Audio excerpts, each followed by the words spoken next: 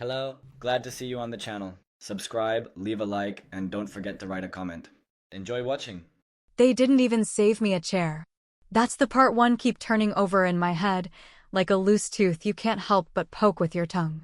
My mother has 6 identical dining chairs with matching cushions, cream with little embroidered vines, set around the oak table she inherited from my grandfather, who actually did build something from scratch. She keeps that detail in her back pocket like it reflects directly on her, but she never built a damn thing in her life except grudges and Sunday dinners layered with guilt. So there were 6 chairs. And 7 of us.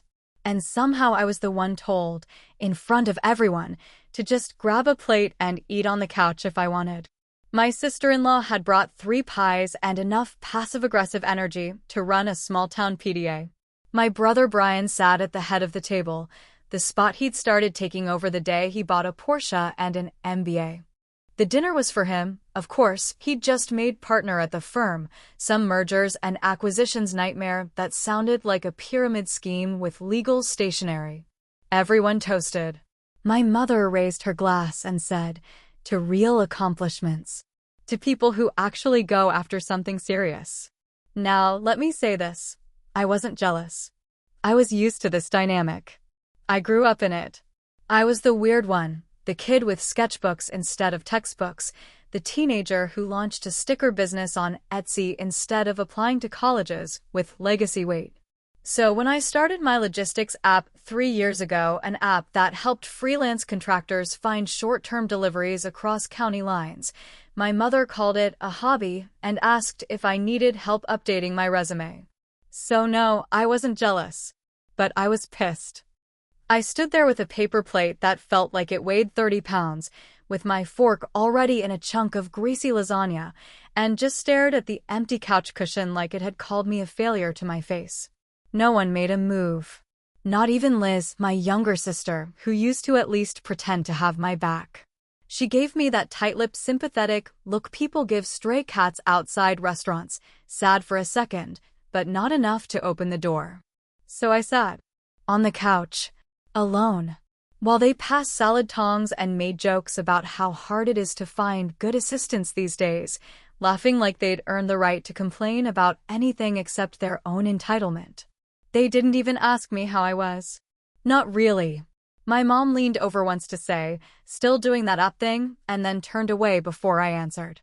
My brother joked that I should pitch him sometime if I ever go legit. I smiled. I nodded. I sipped cheap white wine like it was fine champagne, and I chewed through burnt garlic bread like I was biting back 10 years of humiliation. And then it happened. While they argued over who made the best pie crust, I swear to God, these people treat crust like holy scripture. My phone buzzed. 1 buzz. Then 2. Then a 3rd so quick after the second, I knew it wasn't spam. I glanced at the screen. The message was from Maya, my lawyer, my oldest friend, and the only person I trust with anything more valuable than sarcasm. "It's done. 75 mil. Your name's in the header." I stared at the words like they were carved in stone. The deal had closed. $75 million. My company had just been acquired by one of the largest e-commerce platforms in the country. 75 million. Wait, let me think, $7,000 million? No, crap, no, 75 million is 750,000,000. Right? Yeah. That many zeros can screw with your head. Especially when you're eating lasagna with a plastic fork, like a guest at someone else's party. I didn't say a word. I didn't stand up and make a speech. I didn't tap a wine glass and announce my worth. I just put down the plate slowly, wiped my mouth with the paper napkin, and let the buzz keep going. More texts. More emails. Notifications pinging like a slot machine jackpot in my lap. They didn't notice. My mother was too busy criticizing the whipped cream to see her middle child's life change forever. My brother was telling a story about a golf tournament, and someone had the nerve to call me the narcissist. I looked around that room, at all the people who had written me off, ignored my long nights, mocked my ideas, and acted like my worth was measured in degrees and bonuses. I looked at the chair I never got and then at the couch that now felt like a throne. I wasn't going to tell them. Not tonight. Not ever if I could help it. Because silence, it turns out, tastes better than pie. I woke up to the sound of my phone vibrating like it had something urgent to say, something it had been holding back all night while I tried to fall asleep with the image of that dinner still stuck in my head. The plate, the couch, the way my mother acted like offering me a chair was a favor instead of basic decency. It all played in my mind like a looped insult. But now, at 6:42 in the morning, something had shifted.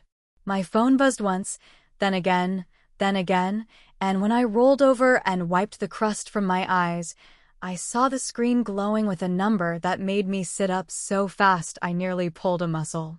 214 unread messages. No exaggeration.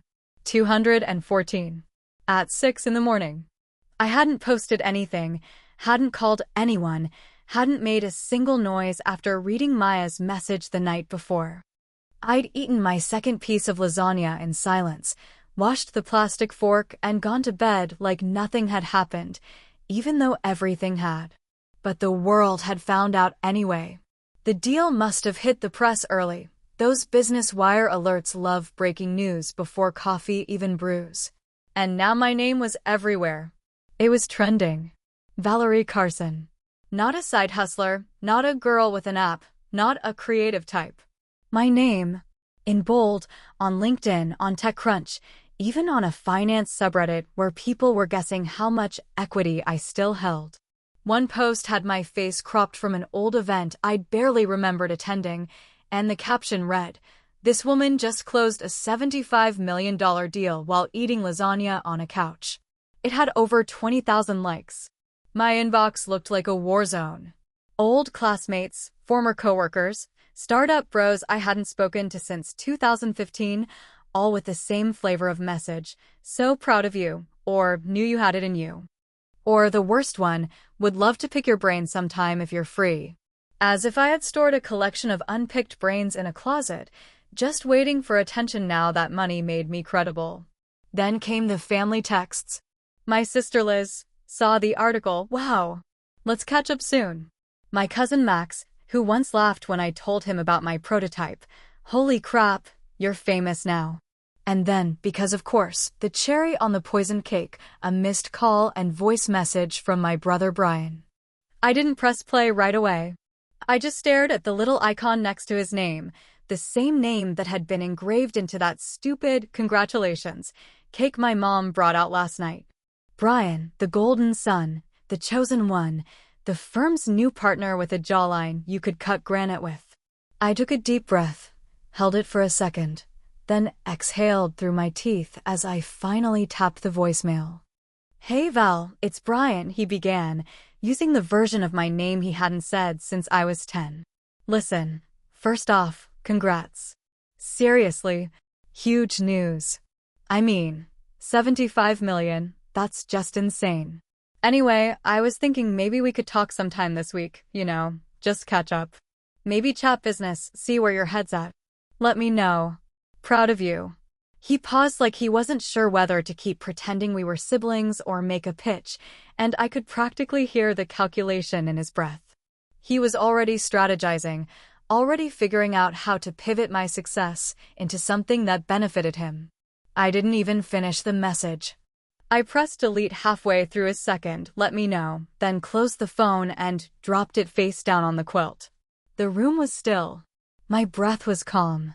There was no sense of revenge, not yet, just quiet clarity. That kind of clarity that only comes after years of being dismissed, when suddenly the fog lifts and you realize you were never crazy, just underestimated. Then I picked up the phone again and dialed Maya. She answered on the second ring, sounding way too awake for someone who used to mainline Red Bull at 2 in the morning back in our apartment days. "It's out," I said, skipping greetings. "I'm getting swarmed." "Good," she said, and I could hear the smile in her voice. "Let it build. You know what's coming next, right?"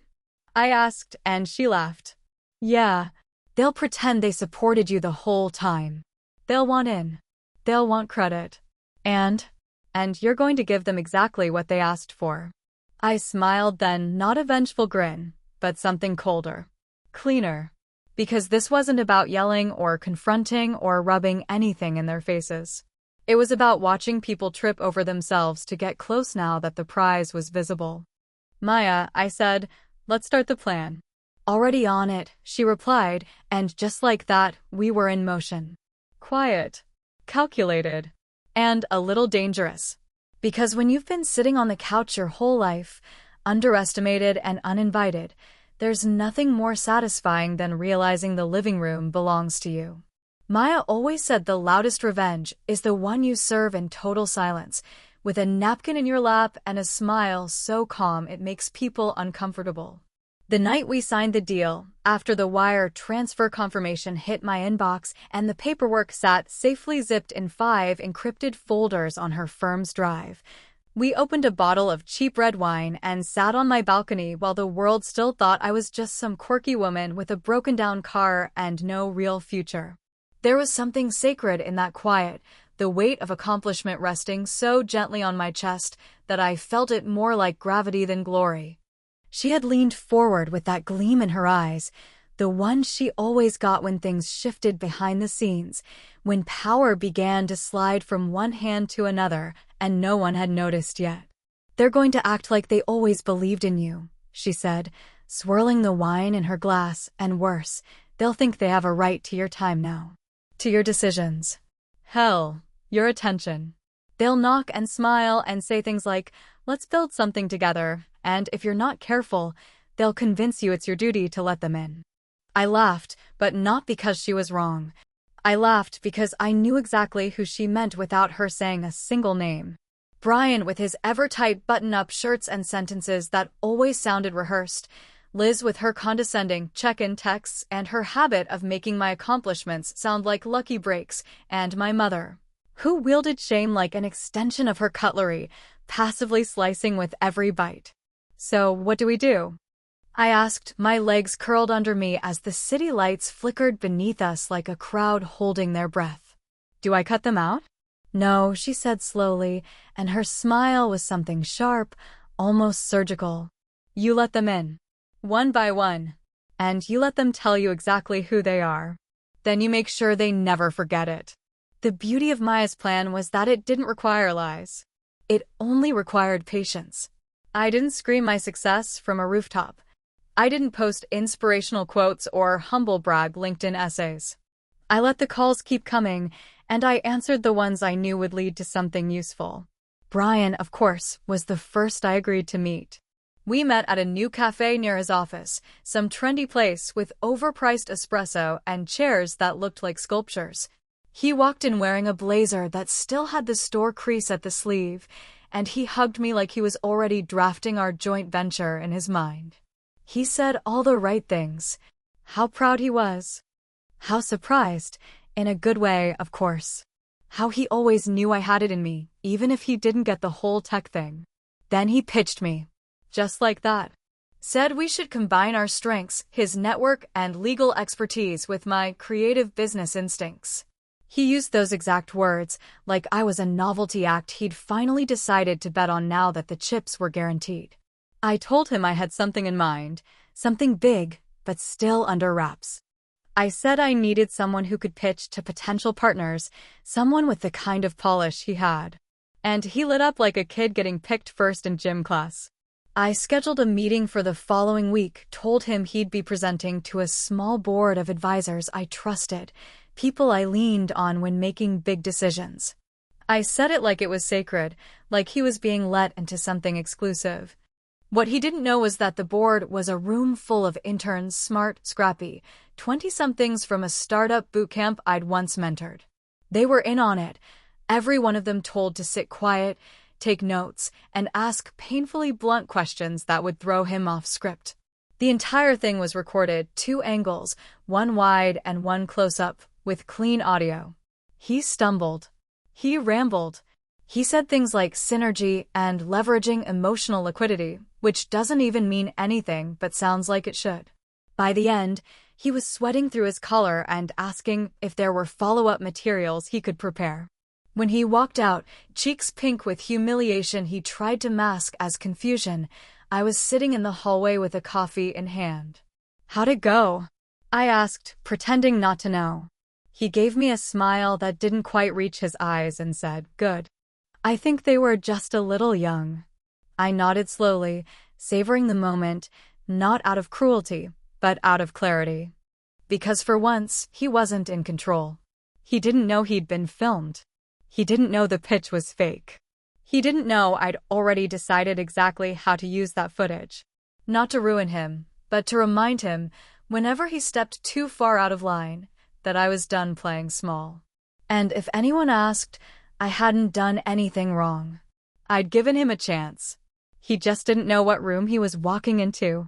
And that was only the beginning. I remember the first time I realized the chair was never meant for me. Not at the dinner table, not in the living room, not even in the photos we hung on the hallway wall. The family portraits always had a way of tilting Brian front and center, Liz with her perfect posture and debate trophies, and me, half-turned or blinking, the afterthought in mismatched socks, always 2 steps behind or just outside the frame. It started early, though no one ever said it outright. They didn't have to. When you're the artsy kid in a house full of achievers, you learn to read silence better than textbooks. You learn what love looks like when it's measured in resumes and framed degrees. Back then, the kitchen was where the hierarchy lived, where praise got passed around like mashed potatoes and disappointment sat heavy like overcooked meat. My mother kept the fridge cluttered with magnets holding up report cards and college brochures, all for schools with long Latin names and ivy-covered walls. Mine were drawings, scribbles, watercolor messes she kept in a drawer labeled Valerie stuff, like it was clutter waiting for the next garage sale. I never wanted to be a lawyer or a doctor. I didn't care for order or rules or the way they all talked over each other about quarterly earnings like it was gossip. I liked to make things. First it was handmade jewelry, then sketchbooks. Then I taught myself to code one summer when I was 16 because I wanted to build a blog no one could erase. They laughed. All of them. My mom said, "Sweetheart, you can't draw a paycheck." That one stuck. I never forgot it. After the deal closed, and Brian fumbled through his fake board meeting, and the texts from old enemies and forgotten friends kept piling up like confetti, I started thinking about what that chair really meant. The one I didn't get. The one they never offered. I didn't want it anymore, not really, but I wanted something else now. I wanted the story to fold in on itself. I wanted them to sit with the version of me they tried to scrub out. So I scheduled lunch with my mother, just the 2 of us, at her favorite overpriced salad place where the water comes with cucumber slices and the servers speak in calming tones like they've been trained by hostage negotiators.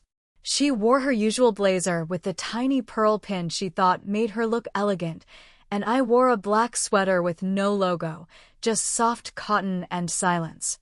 She opened with pleasantries, small talk about the weather, about Brian's promotion, about Liz's vacation. Then she asked, almost as an afterthought, "How's the app?" I smiled. Not cold, not cruel, just steady. "It's going well," I said. "We closed a deal last week."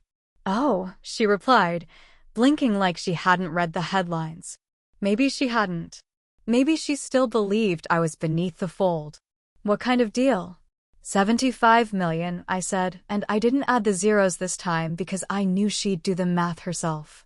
She blinked again, but this time slower, like the number took longer to land. Her lips parted slightly, but no words came out. For once, the woman who never ran out of judgment looked entirely out of breath. "I brought you something," I said, reaching into my tote bag and pulling out a frame. It was simple, black border, clear glass. Inside was a copy of the contract, just the header and the signature page, with one line handwritten at the bottom in soft gray ink. "Thanks for the couch." She took it with both hands, like it was heavier than paper, and stared at it long enough for the server to ask if everything was all right. "I didn't know," she finally said, not looking up. "I didn't think that I'd make something of myself." I finished for her, and she winced. Not hard, but enough. She didn't deny it, and that was maybe the first honest moment between us in 20 years. We didn't talk much after that. I let the silence sit between us, let her stew in it, let her try and figure out what to say next while I chewed my kale like it was the Last Supper. When we parted ways, she hugged me like a stranger, polite but disconnected, and I knew that was all she had to offer.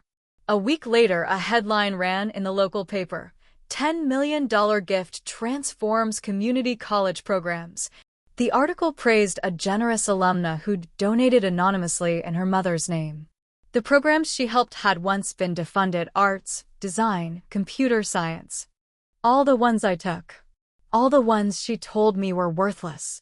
My family saw it and assumed she did it. Of course they did. My mom didn't deny it either.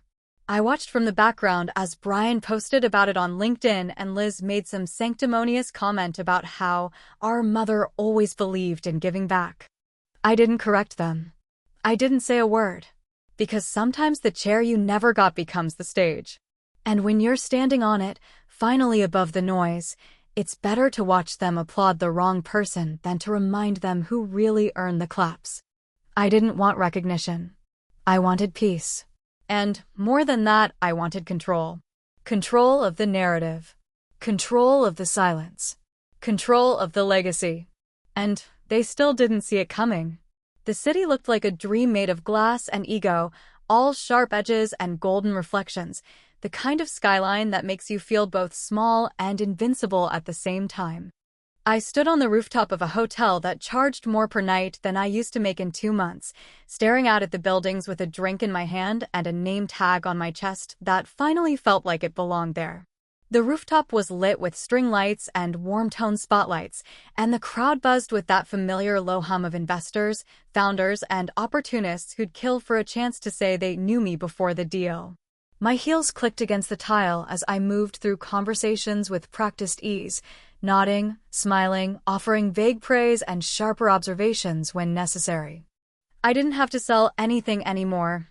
Not myself, not my ideas, not even my place at the table. I was the table now, and everyone else had shown up hungry. They introduced me as visionary founder, disruptor in the logistics space, and one of the fastest-growing tech entrepreneurs of the year. I walked up to the mic as the applause swelled, not from affection but from expectation. These people didn't love you, they admired your numbers. But for once, that didn't bother me. Numbers had become my weapon. The view from the podium was clean and brutal, like every face was cut from the same mold, ambition stretched over bone. I waited a beat before speaking, the kind of pause that makes people lean forward, and then I said the truth. They always ask me what the hardest part was. What kept me up at night? What almost made me quit? And the answer is always the same. I let the pause stretch again. You have to let them wait, make them lean in just a little more, make them earn the punchline. Being underestimated, I said, and I didn't blink. There was a laugh, low and knowing, from somewhere near the front, probably from someone who'd also been told they weren't serious enough. But most people just nodded solemnly, as if it were a universal truth and not a scar I had to explain over and over again just to prove I wasn't making it up. The speech ended with more applause, a few handshakes, some photos with too much flash. I escaped toward the far edge of the rooftop where a quieter cluster of chairs circled a gas fire pit, trying to steal a moment before someone else tried to pitch me on the next Uber for antiques or whatever nonsense tech bros were peddling this month. And then I saw them. Brian, Liz, my mother. All three of them, slightly overdressed and visibly out of place, standing near the railing like they'd stumbled into the wrong party but were too proud to admit it. My stomach didn't drop. My heart didn't race. I felt nothing but a low, cool readiness, like watching a car pull into a driveway you sold years ago. They moved toward me together, but it was Brian who spoke first, always the self-appointed diplomat. "You were incredible up there," he said, and it was the first compliment I'd ever believed was hard for him to say. My mother nodded, looking almost shy, her arms crossed not in judgment, but in uncertainty. "We've been watching," she said carefully. "We're proud of you." Liz stepped in then, softer, more tentative. We were wrong. All those years. We know that now. I looked at them like they were guests at someone else's funeral, faces I recognized, but didn't feel connected to anymore, like the wires had all been cut and the power had finally gone quiet. They wanted a moment. They wanted something resembling closure. They wanted forgiveness, or at least a chance to pretend the past didn't stain everything. But I wasn't there for reconciliation. I was there to close the circle. You were right, I said, calmly, clearly, my eyes steady on my mother's. I shouldn't have been at that table. I let the silence hang there, thick and final, and I turned without waiting for a reply. I didn't storm off or flinch or look back for one last glance. I just walked away, not with vengeance in my chest, but with the kind of peace you only get when you realize you don't owe anybody anything, not your love, not your story, not your seat. Because sometimes silence is the loudest revenge.